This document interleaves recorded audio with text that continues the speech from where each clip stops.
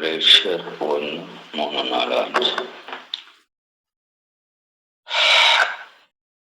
கிறிஸ்து இயேசுவின் மேலுள்ள உங்கள் விசுவாசத்தையும் பரிசுத்த வான்கள் எல்லாரும் மேலும் உள்ள உங்கள் அன்பையும் குறித்து நான் கேள்விப்பட்டு பரலோகத்தில் உங்களுக்காக வைத்திருக்கிற நம்பிக்கையின் நிமித்தம் நம்முடைய கர்த்தராகிய இயேசு கிறிஸ்துவின் பிதாவாகிய தேவனுக்கு ஸ்தோத்திரம் சொல்லி எப்போதும் உங்களுக்காக வேண்டுதல் செய்கிறேன். அவருடைய கொலேசிய சபையில உள்ள விசுவாசிகளை குறித்து பவுல் சொல்லுகிற முதல் ஒரு சாட்சி இல்ல, இதனால கொலேசிய சபைக்காக நான் செபிக்கிறேன் அப்படின்னு பவுல் சொல்றார். எதுக்காக நான் ஜெபம் பண்ணிட்டு இருக்கிறேன்? அதாவது அவங்களுடைய விசுவாசம், அடுத்தது அவங்களுடைய அன்பின் செயல்பாடு, மூணாவது அவங்களுடைய நம்பிக்கை. கொலேசிய சபையில அவர் எதை சொல்லி அவர்களுக்காக விண்ணப்பம் பண்றாங்கன்னா, விசுவாசத்தை, பரிசுத்தவான்கள் மேலுள்ள அன்பை, பரலோகத்தை குறித்த இவர்களுடைய நம்பிக்கை, அந்த பரலோகத்தில் உங்களுக்காக வைத்திருக்கிற நம்பிக்கை நிமித்தம். பூமியில நீங்கள் இதை செய்யும் போது பரலோகத்துல ஒரு பரலோகத்தை குறித்த ஒரு நம்பிக்கை இருக்கு. அது என்ன நம்பிக்கை அப்படின்னு பார்த்தா, இந்த பரலோகத்தை குறித்த ஒரு நம்பிக்கை அப்படின்னு சொல்லும் போது அது ஒரு விசுவாசிக்கு இல்லைன்னா அது எதை குறிக்குது அப்படின்னு பார்த்தீங்க அப்படின்னு சொன்னா, தீத்து 1:2 பிதாவாகிய தேவனாலும் நம்முடைய இரட்சகராயிருக்கிற கர்த்தராகிய இயேசு கிறிஸ்துவினாலும் கிருபையும் சமாதானம் உண்டாவதா. அதாவது பரலோகத்துல ஒவ்வொரு விசுவாசிக்கும் உண்டாகிறது என்ன அப்படின்னா, அவளுடைய கருத்தின் பிரகாரம் கிருபை, இரக்கம், சமாதானம். இது பரலோகத்துல இருந்து நமக்கு உண்டாகிற ஒரு அனுபவம். இது பூமியில இருந்து யாரும் நமக்கு இந்த 3 காரியத்தையும் செய்ய முடியாது. என்னெல்லாம்? கிருபை, இரக்கம், சமாதானம். இன்னொன்னு கூட இருக்கும். அதே தீத்துவில 2:23 நாம் நம்புகிற ஆனந்த பாக்கியத்துக்கும் மகாதேவனும் நமது இரட்சகருமாகிய கிறிஸ்து இயேசுவினுடைய மகிமையின் பிரசன்னமாகுதலும் எதிர்பார்த்து கொண்டிருக்கும்படி நமக்கு போதிக்கிறது. அங்க அடுத்ததுல என்ன சொல்லியிருக்கு? மகாதேவனும் நமது இரட்சகருமாய் கிறிஸ்து இயேசுவினுடைய மகிமையின் பிரசன்னமாகுதல். அங்கதான் மகிமையின் பிரசன்னமாகுதல். அப்ப பரலோகத்துல இருந்து ஒரு மனுஷனுக்குள்ள உண்டாக வேண்டிய அந்த நம்பிக்கை இல்லைங்கன்னா எதிர்பார்ப்பு. பரலோகத்தை நம்பிக்கை என்னன்னால எதிர்பார்ப்பு தான். ஒவ்வொரு விசுவாசியும் எதிர்பார்க்க காரியம், ஒவ்வொரு விசுவாசியும் எதிர்பார்க்க வேண்டிய 3 காரியங்கள் இருக்கு. அது என்னன்னு கேட்டீங்கன்னா, முதலாவது கிருபை, இரக்கம், சமாதானம், தேவ பிரசன்னம். இது 3மே பரலோகத்துல இருந்து மனுஷனுக்கு உண்டாகிற ஒண்ணு. கிருபை, இரக்கம், சமாதானம், பிரசன்னம், தெய்வ பிரசன்னம். இந்த 3 காரியத்தையும் இது பூமியில யாரும் ஏற்படுத்தி கொடுக்க முடியாது. அதான் பரலோகத்துல வைக்கப்பட்டிருக்கிறவங்களுடைய நம்பிக்கை. அதாவது உங்களுக்கு வச்சிருக்கப்பட்ட நம்பிக்கை என்ன அப்படின்னு கேட்டப்ப, அப்போ இந்த நம்பிக்கைக்கு பங்காளிகளா தீரணும்னு சொன்னா அவங்க எப்படிப்பட்டவங்க? கொலேசிய சபை எப்படிப்பட்டதா இருக்கு? அவங்க விசுவாசம் உள்ளவங்க, பரிசுத்தவான்களுக்கு அன்பின் நிமித்தம் கிரியை செய்கிறவங்க. அடுத்தது அவங்க வாழ்க்கையில என்னது? பரலோகத்தின் நம்பிக்கைன்னு ஒண்ணு இருக்குது. பரலோக அது அந்த நம்பிக்கையினாலதான் இதெல்லாம் செய்யறாங்க. அதுவே அவங்களுக்காக செபிக்கிறேன். நம்மகிட்ட இருக்கிற அந்த 3 நம்பிக்கை, அந்த நம்பிக்கையினுடைய 4 வகை. பரலோகத்துல இருந்து மட்டும்தான் அது கிடைக்கக்கூடிய ஒண்ணு, எதிர்பார்க்கக்கூடிய ஒண்ணு. இது உலகத்துல இருந்து யாருக்கும் யாருமே உலகத்தில் தர முடியாத காரியமாக என்னது? கிருபை, இரக்கம், சமாதானம், தெய்வ பிரசன்னம். இந்த பூமியில எதுவுமே நமக்கு தராது. நமக்கு இந்த உலகத்துல ஏதாவது கொண்டு வந்து இந்த 3-4 காரியத்தையும் தரும் அப்படின்னு சொன்னா அது நடக்க போற காரியம் கிடையாது. இது பரலோகத்துல இருந்து உண்டாக வேண்டிய ஒரு நம்பிக்கை. இது பூமியில இருக்கக்கூடிய சாதாரண ஒரு ஊழியக்காரனை கொண்டோ இல்ல வேற யார, அதுதான் பவுல் அந்த கொலோசை சபைக்கு அதை சொல்ற, இது யாரும் கொண்டு உருவாக்கக்கூடிய ஒரு காரியம் அல்ல. விசுவாசி ஓகே ரைட்டு. அடுத்த பரிசுத்தவான்கள் மேல காட்டுகிற அன்பு அதுவும் நல்லது. இந்த விசுவாசமும் அன்பின் கிரியையும் எதனால ஏற்படுகிறது? பரலோகத்துல வந்து உண்டாகிற அந்த ஒரு நம்பிக்கை இருக்கு. அந்த நம்பிக்கை நிமித்தம் தான் உண்டாகுது. அந்த எல்லாரும் விசுவாசி தான். ஆனா எல்லாரும் விசுவாசின்னா அவங்கள்ட்ட என்னெல்லாம் இருக்காது? பரலோக நம்பிக்கை. சபை, அதாவது கொலேசு சபைய பவுல் ஜபத்துல மையப்படுத்துவதற்கு முக்கிய காரணம் அது அவங்களுடைய விசுவாசம், அவங்களுடைய அன்பின் கிரியை, அவர்களுடைய எதிர்பார்ப்பின் நம்பிக்கை. இந்த மூணையும் நல்லா புரிஞ்சு அது அவர்களுக்கு நடக்கட்டும் அப்படின்னு சொல்லி ஜெபிக்கிறார். விசுவாசிகளுக்காகவும் அன்பினால என்ன தெரிய பரிசுத்தவான்களுக்கு அவர்கள் செய்கிறார்கள் செயல்பாடு வேற அங்க ஒண்ணும் இல்லை. இயேசு அங்க திட்டமா சொல்றாரு, பரிசுத்தவான்கள் எல்லார் மேலும் உள்ள உங்க அன்பை குறித்து நான் கேள்விப்பட்டு. பரிசுத்தவான்கள் மேல என்ன அன்புள்ள ஒரு திருச்சபை. அப்போ பரிசுத்தவான்களுக்கு மேல அன்புள்ள திருச்சபை அப்படின்னா அதை யோசிக்கணும். இன்னைக்கு திருச்சபைகளில் யாருக்கு மேல அன்பா இருப்பாங்க? பரிசுத்தவான்களுக்கு மேல அன்பா அப்படின்ற ஒரு அன்பை நம்ம பார்க்கவே முடியாது. பரிசுத்தவான்கள் மேலுள்ள அன்பு அது ஒரு காலம் இருந்த நம்ம சபைகளுக்குள்ளேயும் ஒரு காலம் இருந்தது. அதெல்லாம் 80க்கு முன்னாடி சபை, நம்ம சபைல பொது ஹைரேஞ்சில் 80க்கு முன்னாடி வந்து இந்த அனுபவங்கள் இருந்தது. பரிசுத்தவான்களை அன்னைக்கு தங்களுடைய தரித்திரத்திலையும் தங்களுடைய இல்லாமையிலையும் ஊழியக்காரன் மேல அன்னைக்கு ஜனங்கள் காட்டினாங்க. 94 வரைக்கும். 94க்கு பிறகு அதெல்லாம் நம்ம நினைச்ச முடியல, பார்க்கவே முடியல. சபைங்கனாலும் அந்த 94க்கு பிறகு சபைகளில் என்ன இருக்காது? சபை அப்படின்னு சொல்ற அந்த இடத்துக்குள்ளேயே இருக்க வேண்டியது கிருபை. சபைக்குள்ள வந்தா தெய்வ கிருபை வெளிப்படணும். அது இப்பெல்லாம் கிருபைக்கு இடமே கிடையாது. சபைக்குள்ள கிருபையே இல்லை. அன்னைக்கு ஒரு காலம் கிருபை அப்படி வெளிப்படும். கிருபை என்ன நினைக்கிறீங்க? கிருபைன்னா தகுதியற்றவனு தகுதி கொடுத்தவனு மட்டும்தான் படிச்சுட்டு இருக்கிறோம். அங்க தேவனுடைய மகிமையும் அந்த இடத்துலதான் வரும். சபையில 4 பேர் கூடி வரும்போது அங்க என்ன உண்டாகும்னா தேவ பிரசன்னம். அப்ப அந்த பிரசன்னம் எல்லாம் இன்னைக்கு தூரமா இருக்கு. அப்ப அந்த பிரசன்னத்தை உருவாக்க நம்முடைய கிரியை எதுவா இருக்கணும் அப்படின்றதான் பார்க்க போறோம். பரலோகத்துல உள்ள அந்த பிரசன்னத்துக்கு என்ன செய்யலாம் அப்படின்னு பார்த்தா,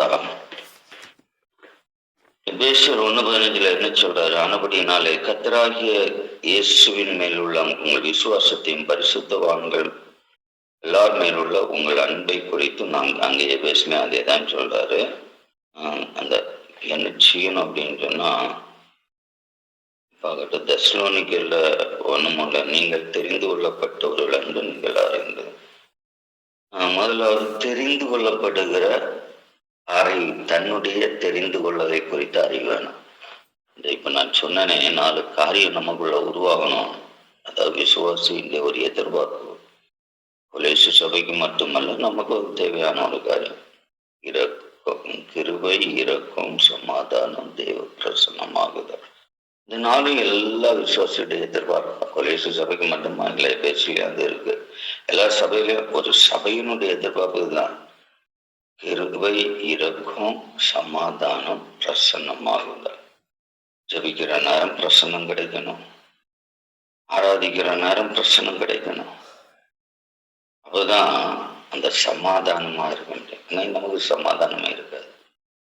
என்னதான் பிரசங்கித்தாலும், என்னதான் ஜபித்தாலும், என்னதான் எழும்பினாலும் சமாதானம் கொண்டுள்ள ஒரு காரியத்தை குறித்து நம்ம என்ன நினைச்சிட்டு இருக்கோம்? சும்மா இருக்கிறது சமாதானம். இருதயத்தை ஆளுகிற சமாதானம் சொல்றது என்ன நினைச்சீங்க? அது இன்னொரு நேரம் அந்த சமாதானம் போயிட்டு பார்க்கலாம். சமாதானம் அப்படின்றது ஒரு சாதாரணமான ஒரு பிரச்சனையும் இல்லாம இருக்கிற அதல்ல சமாதானம்.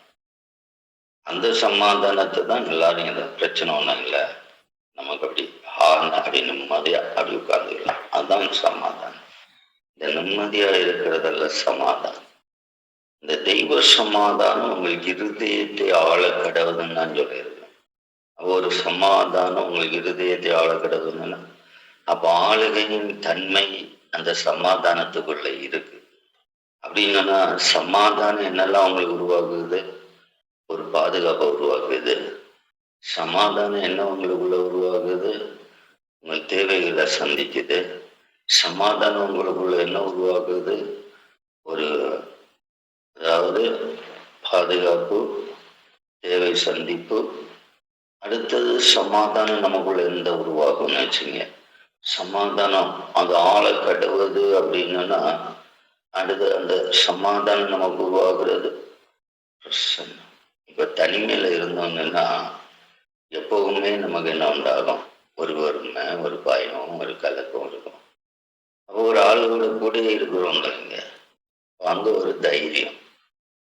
அப்ப இந்த சமாதானம் சொல்றது ஒரு பிரசன்னத்தால் உண்டாகிற ஒரு தைரியம். அப்ப தேவன் கூட இருக்கிற அந்த நிகழ்வை கூட அது காட்டுது. அப்ப நான் தெய்வ சமாதானம் உங்கள் இருதயத்தை ஆள கட்டுவது அப்படின்னு ஒரு ஆளை சொல்லும் போது அது எப்படி என்னுடைய இருதயத்தை ஆளும் அப்படின்னா அதான் சொன்னேன்ல, முதலாவது நமக்குள்ள அது பாதுகாப்பின் உணர்வை உருவாக்கும். ரெண்டாவது தேவைகள் அப்படின்னு வருகிற இடத்துல குறைவற்ற ஒரு நிலைமை உருவாக்கும். மூணாவது ஒரு துணை தெய்வ பிரசன்னத்தை உருவாக்கும். அதான் சமாதானம். நம்ம சமாதானம் சொல்லி சும்மா கண்ண மூடிட்டு கிடந்து உறங்குறது தான் சமாதானம் நினைச்சுக்கிட்டே இருக்கிறோம். இப்ப தெய்வ பிரசன்னத்துல ஏதாவது மனுஷன் சும்மா இருக்க முடியுமா? சமாதானமா இருங்க அப்படின்னு சொல்லிட்டு வாய முடிட்டு இருக்கிறதல்ல சமாதானம். இங்க உள்ள சமாதானம் தேவ பிரசன்னத்துல ஒரு மனுஷன் சும்மா இருக்க முடியுமா? அதான் கேள்வி. எந்த ஒரு நபரும் தெய்வ பிரசன்னத்துல இருக்கும்போது சும்மா இருக்க மாட்டாங்க. ஏன்னா தேவன் எங்க வாசம் பண்ணுவார்? துதிகளின் மத்தியில வாசம் பண்ணுவார். ஒருவன் சமாதானமா இருக்காங்கன்னா இடைவிடாத துதி அவன் இருதயத்தை நினைச்சுக்கிட்டே இருக்கும்னு அர்த்தம். சமாதானம், நான் தெய்வ சமாதானத்தால் ஆளப்படுகிறேன் அப்படின்னு சொன்னா உடனே எல்லாரும் நினைச்சிடு என்ன தெரியுமா? மாயமும் பொத்தி அமைதி அப்படியே என்னது எப்ப பார்த்தாலும் அப்படியே தூங்கிக்கிட்டு எப்ப பார்த்தாலும் அசையாம ஆடாம உட்கார்ந்து இருக்கிறது தான் தெய்வ சமாதானம் நினைச்சாங்க. அந்த தெய்வ சமாதானத்தின் அடையாளமே ஒரு அடையாளம் தான். அதாவது தெய்வ சமாதானம் உங்க இருதயத்தை ஆளுது அப்படின்னு சொன்னா உங்களுடைய நிலைமை இல்லை, என்னுடைய நிலைமை இல்லை, நம்முடைய நிலைமை அப்படின்னு சொன்னா ஓயாத துதி அப்படியே இருதயத்தை நிறைக்கிறது தான். நம்ம பாட்டுக்கு துதிச்சுட்டே இருக்கும், புது புது பாட்டெல்லாம் உண்டாயிட்டே இருக்கும், நம்ம அறியாம பாட்டெல்லாம் ஏத்திக்கிட்டே இருக்கும். ஏன்னா அவரு பிரசன்னா இருக்கிறாரு, கூட்டத்துல இருக்கிறாரு. அங்கதான் தேவைகள் சந்திக்கப்படுது, ஒரு குறையும் இல்லாம இருக்குது, சத்ரு பயமே அறவே இல்லை, சத்ருடைய எந்த ஒரு நெருக்கமும் அல்ல, சத்ரு சிந்தனை இல்லை, சத்ரு குறித்து அதாவது எதிரின்னு உள்ள ஒரு சப்ஜெக்ட் அங்க வராது. அவருடைய பிரசன்னத்துக்குள்ள மறைஞ்சிருக்கும் போது அப்ப அந்த பிரச்சனை எனக்கு என்னத்தை உருவாக்கிட்டு இருக்கோம்னு நினைச்சீங்க? புதிய உருவாக்கிட்டே இருக்கும். நம்ம அப்படிப்பட்ட ஒரு விசுவாசியாக இருக்கிறோமான்னு பாருங்க. கொலேசு சபையினுடைய விசுவாசியுடைய ஒரு தன்மை அது. ஓகே, இப்போ அவங்க எப்படி இருப்பாங்க? கொலேசு இந்த பரலோக நம்பிக்கை உள்ளவர்கள் எப்படி தெரிந்து கொள்ளப்பட்டவர்களா இருப்பாங்க? இந்த கலாத்தியர் 5:6 என்ன சொல்லியிருப்பாங்க? கிறிஸ்துவுக்குள்ள விருத்த சேதனம் விருத்தசம் ஒன்றுமில்லை, அன்பின் கிரியை செய்கிற விசுவாசமே உதவும். அடுத்தது ரெண்டாவது தெரிந்தெடுத்தவர்கள், முதலாவது தெரிந்த, இரண்டாவது என்னது? அன்பின் கிரியை உள்ளவர்கள். கட்டாய கிரியை இல்லை, அன்பினால உள்ள கிரியை. அது எத்தனை பேருக்கு புரியும்ன்றல, அன்பின் கிரியை. நமக்கெல்லாம் அன்பின் கிரியை இருக்க பாருங்க. ஒரு ஒரு கட்டாயத்தின் கிரியை நம்மகிட்ட இருக்கும். இதை ஒன்று செய்யணும். ஏதோ ஒரு நாள் அன்புல ஆரம்பிச்சோம், இப்ப என்னது அது அன்புல இல்லை, கட்டாயத்தின் பேர்ல போயிட்டு இருக்கோம். இப்ப எதை செய்தாலும் அன்புல தான் ஆரம்பம் எப்படி அன்புல தான் வரும். ஒரு கொஞ்சம் காலம் கழியும் போது அது கட்டாயத்தின் கிரியையா மாறிடும். அன்பின் கிரியை எப்படி இருக்கும் அப்படின்னு நினைச்சீங்க? அன்பின் கிரியைக்கு எந்த எதிர்பார்ப்பும் இருக்காதுதான் முதல் காரியம். ரெண்டாவது, அன்பின் கிரியைக்கு எந்த கட்டளையும் தேவையில்லை. நீ அதை செய், இதை செய், அப்படி செய், இப்படி செய். அன்பின் கிரியை அந்த சூழ்நிலையை புரிந்து செயல்படும். ஒரு ஆளு கமாண்ட் பண்ணி கட்டளை கொடுத்து செய்யாது. அது புரிதல் உள்ளதுதான் அன்பின் கிரியை. இந்த இடத்துல நான் என்ன செய்யணுமோ அதை நான் செய்வேன். அதுல எதிர்பார்க்கணும் இருக்காது. அந்த இடத்துல என் கிரியை எப்படி இருக்கும்? இந்த சூழ்நிலையை புரிந்து இந்த இடத்து நாங்க வந்துகிட்டு மௌனமா அப்படியே உட்கார்ந்துக்கிடுவேன், அதுவும் ஒரு அன்பின் கிரியை. அப்படின்னு அன்புக்கு ஒரு கிரியை இருக்குன்னு சொன்னா, இந்த சூழ்நிலையில எது தேவையோ அதை இப்ப அன்பான ஒரு செயல் நமக்குள்ள இருக்குன்றவங்க, நம்முடைய குடியுறவு, நம்முடைய ஜீவித பாதையில அன்பான ஒரு செயல் இருந்தா அது இன்னொரு ஆளுக்கு ஆலோசனையோ கட்டளையோ பேஸ் பண்ணிருக்க. இதை செய்யுங்க, அதை செய்யுங்க அப்படின்னு சொல்ல வேண்டிய ஒரு கட்டாயமே அங்க வராது. இந்த அன்பின் செயல்பாடு அப்படின்னு சொல்றது வேற என்னது? அன்பின் செயல்பாடுல இன்னொரு தன்மை கூட இருக்கு. அது என்னன்னா, அன்பின் செயல்பாடு முதலாவது சொன்ன எதிர்பார்ப்பு இல்லாத, ரெண்டாவது என்னது கட்டளையிடப்படாத சுயமா புரிதலில் வர்றது, மூணாவது அந்த அன்பின் கிரியை அப்படின்னு சொல்றது என்ன வெளிப்படுத்தும்? எப்பவுமே அது ஒரு சாட்சியை உருவாக்கிக்கிட்டே இருக்கும். அன்புல நீ எதை செய்தாலும் அதுல சாட்சி வரும். சபைக்கு செய்தாலும் சரி, தனிப்பட்ட முறையில் செய்தாலும் சரி, நம்ம எதை செய்தாலும் அது சாட்சியா மாறிக்கிட்டே இருக்கும். அன்பின் கிரியைக்கு ஒரு பெரிய தன்மை அதாகும். நீ அன்புல தான் செயல்படுகிற அப்படின்னா உன் செயல்பாடை எப்படி புரிந்து கொள்ளுதல். அன்புலையாக்க எல்லாம் செய்தேன், நீ செய்தத ஒரு சாட்சி தானே உருவாகும். நீ செய்கிற எந்த ஒரு காரியத்துக்கும் சாட்சியே வரல, கண்டுடவே இல்லை. அப்போ இது அது இன்னொரு வேலை சொன்னா, மனுஷனை பிரியப்படுத்த செய்யறது. தேவன் தனக்குள்ள தந்த அன்பின் கிரியையின் வெளிப்பாடு வரும்போது ஆட்டோமேட்டிக்கா அதுக்கு சாட்சி வரும்.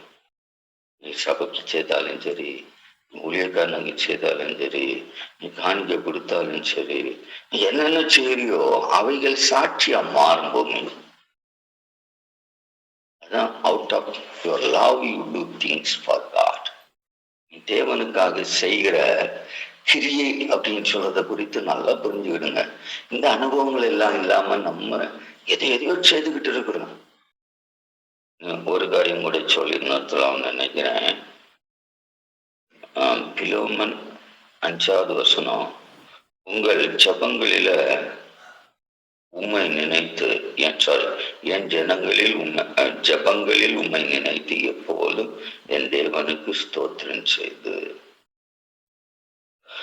அவர் இந்த இடத்துல இன்னொரு காரியத்தை சொல்றாரு. என்ன சொல்றாரு? ஜபங்களில் நினைக்கப்படுகிறவர்களாயிருவோம். எப்பவுமே ஜபம் அப்படின்னு சொல்லும் போது நம்ம சுற்றி இருக்கிறவர்களை நினைப்போமே தவிர நம்முடைய காரியத்தை மட்டும் வைக்கிற ஒரு ஜபம் அல்ல இது. கொலேசு சபையை குறித்து பரலோக நம்பிக்கை உள்ள ஜனங்கள் எப்படி இருப்பார்கள்? ஒண்ணு, தன்னுடைய தெரிந்தெடுத்தலை புரிந்திருப்பாங்க. 2, அன்பின் கிரியையில் நிறைந்திருப்பாங்க. 3, ஜெபத்துல என்ன செய்வோம்? அங்க பவுல் என்ன சொல்றாரு? எல்லாரையும் சுற்றி இருக்கிறவர்களை நினைக்கிறவர்களா இருப்பாங்க. இவங்கதான் பரலோகத்தின் நம்பிக்கை உள்ள விசுவாசி. நம்ம பரலோக நம்பிக்கையோடு தானே இருக்கிறோம். இந்த 3 தன்மையும் உருவாக்கும். எப்பவுமே நம்முடைய ஜபம் எப்படி இருக்குன்னு உள்ளது பார்க்கும்போது தெரியும். இந்த பரலோக நம்பிக்கை உள்ள விசுவாசிகள் அவங்க எப்படி இருந்தாங்க? கொலேசு சபைக்காரங்க கிருபைக்கு, இரக்கத்துக்கு, அடுத்தது என்னது? அன்பின் செயலுக்கு, அடுத்தது தேவ பிரசன்னத்துக்கு பாத்திரர்களாக இருந்தார்கள். இனி அந்த அதுக்கு மேல அவங்கள்ட்ட இருந்த இன்னொரு காரியம் என்னது? பரலோகத்துல உள்ள அந்த ஆசீர்வாதங்களின் எதிர்பார்ப்பு. அந்த பரலோக ஆசீர்வாதம் என்னது? கிருபை, இரக்கம், கிருபை, இரக்கம், சமாதானம், அடுத்து என்னது? பிரசன்னம், தெய்வ பிரசன்னம். இந்த 4 தான் பரலோகத்துல நம்ம தேடி வந்துகிட்டே இருக்க வேண்டிய ஒரு காரியம். அப்ப அந்த கொலேசு சபைக்கு இருப்பதாக பவுல் நினைத்து ஜெபிக்கிறார். அதனால துதித்துக்கிட்டே இருப்பார். அப்ப அந்த பரலோகத்துல இருந்து இந்த 4 நன்மை உண்டாகக்கூடிய ஒரு விசுவாசி எப்படி இருப்பாங்க அப்படின்னு பார்த்தோம். தன்னுடைய தெரிந்தெடுத்தலை குறித்த தெளிவு இருக்கும். நான் பரலோக வாசி, நான் எதுக்கு தெரிந்தெடுக்கப்படணும்? நித்திய ஜீவன்ல பங்குள்ள ஒரு நபர்.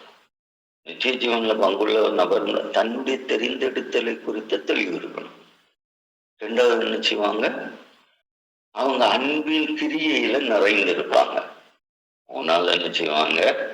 அவங்க சுற்றி இருக்கிறவங்களை தன்னுடைய ஜபத்துல நினைப்பாங்க. சுயத்தை மட்டும் நினைக்கிற ஜபம் இருக்காது. நம்ம ஜபம் எப்பவுமே நானும் எனக்குள்ளதான். அது நல்லா இருக்கும், அது நல்லா இருக்கணும், அது நல்லா இருக்கணும், நானும் எனக்குள்ளதான், நானும் எனக்குள்ளதான். இந்த ஜபம் பரலோக விசுவாசிகளுக்குள்ளதில்ல. இதெல்லாம் பாதாள விசுவாசிகளுக்குள்ள. பரலோக விசுவாசி எப்பவுமே தன்னை சுற்றி இருக்கிற பவுல் பிள்ளைங்களுக்கு சொல்லும்போது, நான் எப்பெல்லாம் ஜபிக்கணும்னு நினைக்கணும் அப்பெல்லாம் அவனை நினைக்கிறான்ப்பா. பவுல் எங்க ஜபத்தை நீங்க பார்த்தாலும் சரி, சபைகளுக்காக ஜபம் பண்ணிட்டே இருப்பாரு. தனக்காக ஜபம் பண்ணாரு. ஒரே ஒரு தன்னுடைய ரோகத்துல இருந்து விடுதலை கிடைக்குமான்னு கேட்டாரு. இல்ல, எனக்கு கிடைக்காதுன்னு ஆண்டவர் விட்டுட்டாரு. அவ்வளவு. ஜெயிலில் இருந்து என்ன காப்பாற்றும் ஜபம் பண்ணாரா? ஜபம் பண்ண போல தெரியல. சாவுல இருந்து என்ன ஜபம் பண்ண போல தெரியல. அந்த சத்ருவுடைய அந்த கைகள்ல இருந்து என்ன காப்பாத்தான் ஜபம் பண்ண போல தெரியல. அவர் ஜெபிக்கிற நேரங்கள் எல்லாம் மற்றவங்களை வச்சுதான் ஜெபம் பண்ணிட்டு இருக்கிறார் பவுல். இது பவுலுக்கு வாழ்க்கையில நம்ம படிக்கிற பாடம். இந்த வார்த்தைகளை கர்த்தர் நமக்கு தந்ததுக்காக ஆண்டவருக்கு நன்றி சொல்லுவோம். பரலோக நம்பிக்கை உள்ளவர்களால் மாறுவோம். அந்த நம்பிக்கையை கர்த்தர் நமக்குள்ள உறுதிப்பட்டு இந்த வார்த்தையினால் இந்த நாளை கர்த்தர் நமக்குள்ளே ஆளுகை செய்ய நம்முடைய இருதயங்களை எங்கள் அன்பின் நல்ல ஆண்களையும் நாங்கள் வேதத்தை மையப்படுத்தி ஜெபித்துக் கொண்டிருக்கிற அந்த ஜெப விலைக்காக நன்றியோடு துதிக்கிறோம். இந்த ஜெபக்குழுல வந்திருக்கிற எல்லா பிள்ளைகளையும் இந்த கருத்துல நான் ஒப்பு கொடுக்கிறேன். கர்த்தாவே, நாங்கள் எங்கள் வாழ்க்கையில உங்களுடைய கிருபை, சமாதானம், ஆண்டவரே உங்களுடைய இரக்கம், உங்களுடைய ஆண்டவரே பிரசன்னமாகுதலை ஆண்டவரை எதிர்பார்த்துதான் ஒவ்வொரு நாளும் ஜெபிக்கிறோமே தவிர ஏதோ எங்களுடைய ஆண்டவரை விருப்பம், உங்கள் காரியம் இதெல்லாம் நிறைவேற்றித்தாங்கன்னு அது ஆண்டவரை நாங்கள் ஜெபித்தாலும் ஜெபிக்காவிட்டாலும் எங்களை நிச்சயமா அன்றன்றுள்ள தேவையை நீ தருகிற தேவனாயிருக்கிறேன், எங்களை பாதுகாக்கிறவராயிருக்கிறேன். அதற்காக நாங்கள் நமக்கு நன்றி செலுத்துகிறோம். நாங்கள் எதிர்பார்க்க வேண்டிய அந்த ஆண்டவரைய கிருபை, இரக்கம், சமாதானம், பிரசன்னம் ஆண்டவரை போது எங்களுடைய எதிர்பார்ப்பும் நோக்கமும் வாஞ்சியுமா இருந்தாதான் ஆண்டவரை நாங்கள் பரலோகத்துல ஆண்டவரை உண்டாகிற அந்த பெரிய நம்பிக்கையை ஆண்டவரை நாங்கள் பெற்றுக்கொள்ள முடியும். அந்த பரலோக நம்பிக்கை உள்ளவர்கள் எப்பொழுதுமே ஆண்டவரை தன்னுடைய அழைப்பை ஆண்டவரை குறித்த தெளிவுள்ள அறிவையும் ஆண்டவரை அவர்கள் அன்பின் செயல்பாட்டையும் ஆண்டவரை அவர்கள் தன்னை சுற்றி இருக்கிறவர்களை மையப்படுத்தி அவர்கள் காரியங்களை ஆண்டவரை மேன்மைப்பட ஜெபிக்கிற ஜெப வாழ்வும் எங்களுக்குள்ள இருக்கும் என்பதை இந்த காலையில உணர்த்தி படிப்பித்து எங்களை ஆண்டவரை ஜெபத்துல எங்களை உருவாக்கி கொண்டிருக்கிறதுக்காக நன்றியோடு துதிக்கிறோம்.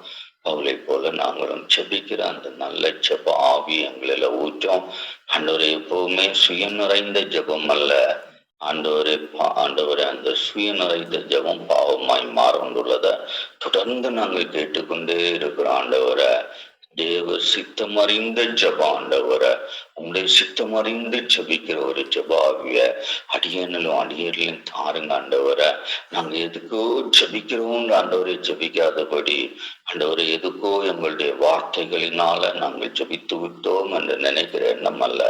தேவ சித்தம் அறிந்து ஜபிக்கிற ஜபத்தினுடைய மகிமையை ஆண்டவரே நாங்கள் புரிந்து கொள்ள எங்களுக்கு ஞான இருதயத்தை தாருமப்பா. ஆண்டவரே ஆண்டவரே அந்த ஜபம் சொல்றது தேவ சித்தம் அறிந்து ஜபிக்கிற ஜபம் எப்பவுமே ஆண்டவரே உங்களுடைய பிரசன்னத்தை எங்களை உருவாக்கும் ஆண்டவரை, வெளிப்பாடுகளை எங்களில உருவாக்கும் ஆண்டவரை, புதிய தரிசனங்களை எங்களுக்குள்ள உருவாக்கும் ஆண்டவரை. அப்போ அந்த அனுபவத்தை தேவன் ஆண்டவரை ஒவ்வொரு காலையிலும் ஒவ்வொரு இருதயத்திலும் ஊற்றுங்க ஆண்டவரை. அப்போ தன் வசனத்தை கேட்கும் போது, தியானத்துல இருக்கும் போது, சத்தம் தன் இருதயத்துல துணிக்கும் போது உங்களுடைய பிரசன்னம் ஆகுதல் ஒவ்வொரு உள்ளத்தையும் நிறைவேற்றும் ஆண்டவரை. உலக கவலைகள், மனுஷர் தேவைகள் ஆண்டவரே, சூழ்நிலையின் போராட்டங்களில ஆண்டவரே விடுதலை அல்ல, தெய்வீக சமாதான ஆளுகை ஒவ்வொரு குடும்பத்தையும் ஆண்டவரை ஆளுகை செய்யட்டும் ஆண்டவரை. இந்த ஜெபக்குழுவில் இருக்கிற பிள்ளைகளுடைய வீடுகளில் இருக்கிற வியாதிகள், ஜெபக்குழுவில் இருக்கிற பிள்ளைகளுடைய வீடுகளில் இருக்கிற குறைவுகள், ஜெபக்குழுவில் இருக்கிற பிள்ளைகளுடைய ஜீவிதத்தில் இருக்கிற அறியாமைகள் இயேசுவின் நாமத்துல நீங்கி போகும்படியா நான் ஜெபிக்கிறாங்க தாவ. இந்த பிள்ளைகள் ஒவ்வொருடைய வீடுகளிலேயும் ஆண்டவரை வாக்குத்தத்தம் பண்ணி இருக்கிறீர் ஆண்டவரை. உங்களுடைய வருகிறவர்களுக்கு முதல் ஆசீர்வாதமே ஆரோக்கியம் அப்பா. அந்த ஆரோக்கியம் இப்பொழுது ஒவ்வொரு வீடுகளிலும் பிரசன்னமாகட்டும் அப்பா. காலையில எழுப்பி உண்மை தேடுவதுடைய நோக்கமே ஆண்டவரே, உங்களுடைய சித்தம் ஆண்டவரை ஒவ்வொரு நாளும் எங்களுக்குள்ள ஆண்டவரை செயல்பட வேண்டும் விரும்பித்தானே அந்த விருப்பத்தை தம்முடைய பிள்ளைகளுடைய இருதயத்துல பூரணப்படுத்தும்படி ஆட்சேபிக்கிறேன். எனக்கு அது பூரணப்படுத்தும்படி ஆட்சேபிக்கிறேன்ப்பா.